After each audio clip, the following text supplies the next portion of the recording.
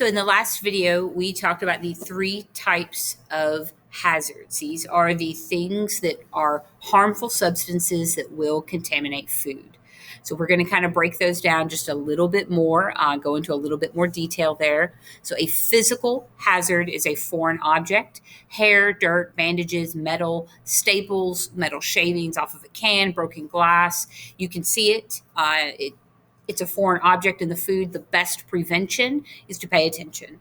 We make sure that we wear hair nets and the like, that we are following proper guidelines and procedures, and we are always paying attention. Jewelry, diamonds off of jewelry, that's a big no-no. You're only allowed to wear a plain gold wedding band. You shouldn't even have bracelets or any of that thing on, no earrings. Fake nails, nail polish. This is a foreign object that can get into the food, so you should have gloves on if you're going to have nail polish. A naturally occurring physical hazard would be part of the food: a seed, a bone. It's part of the food. You don't want it in the food. It got left in the food, and now you bit into it. And some of these can cause a little bit of damage, and some of them could cause a lot. So they could cause harm to your insides. You could break a tooth.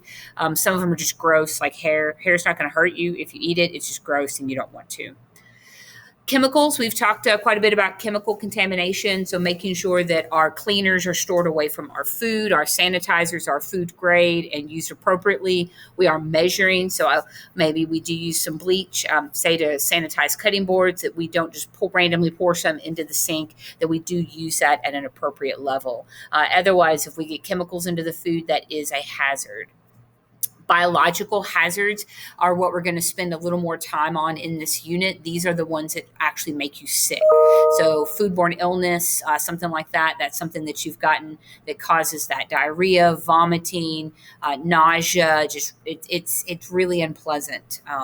So what causes that are viruses, parasites, fungi, and bacteria. And when we talk about fungi, we're talking about yeasts, which spoil food. We're talking about molds, and we're also talking about like mushrooms. All of those, there are certain types of fungi that are okay to eat and even necessary in food. They're not all created equal or the same. So the best way to control any of the biological contaminants is to make sure that you are not time temperature abusing food. So all of these items need a certain temperature in which to grow and thrive. And they are going to grow and thrive in temperatures between 41 and 135.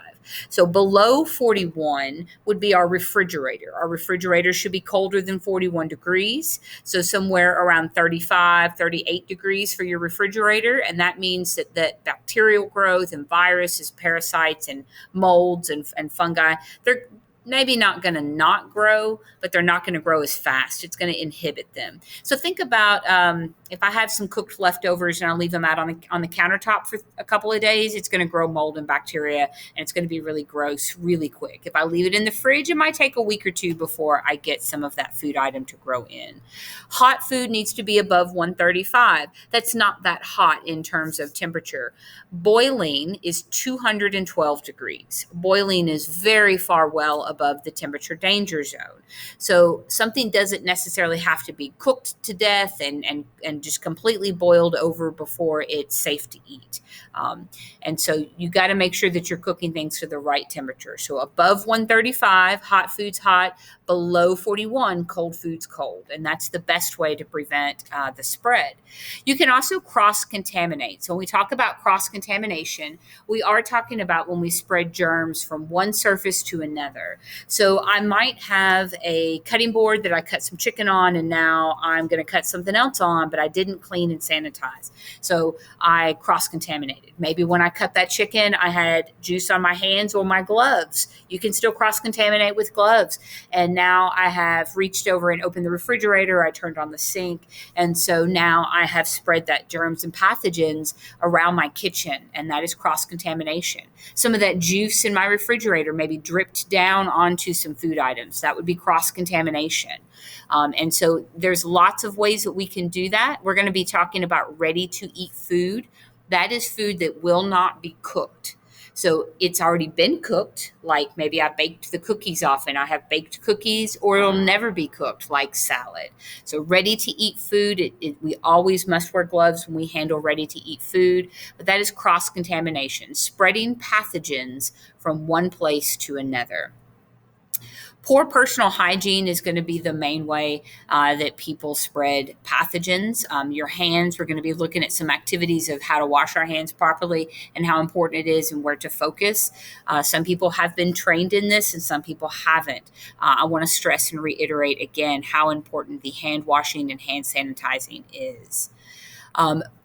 So just as kind of a review, we want to make sure we focus on controlling time and temperature, preventing cross-contamination, practicing good personal hygiene, and we are only going to be serving food from places that we know so that we know that it is safe to consume. So certain foods are more likely to grow these biological pathogens. We refer to them as TCS foods. TCS foods are time and temperature controlled. Think of things I need to put in the fridge. So what can I leave on the counter safely? What could I have in the cabinet safely versus what do I need to put in the fridge? So it goes in the fridge because it's more likely to go bad or grow pathogens. So protein foods, milk, dairy, meat, fish, seafood, poultry, eggs, tofu or soy protein, these all grow bacteria pretty rapidly. Cooked food items, so cooked rice, cooked beans, cooked vegetables, cooked pasta. And note, an uncooked or dry item like rice or pasta, these things can be stored in the cabinet. They don't contain moisture. So the bacteria is not going to be growing in there. When you introduce that water and now they have moisture and their starches and moisture, oh yeah, they're going to grow bacteria fast. So cut fruits and vegetables. The skin of most of your fruits and vegetables has some amount of protection. You know that a tomato can start rotting and can get a bad spot in it, an apple or some fruit eventually left out on the countertop, it's going to start to go bad. But ultimately, the skin is a little bit of a protectant. When you cut into it and you expose that, though, now that food item is going to go bad and grow bacteria a lot faster. There are also things like sprouts and sprout seeds, untreated garlic and oil mixtures. These items also will spoil rapidly and grow bacteria.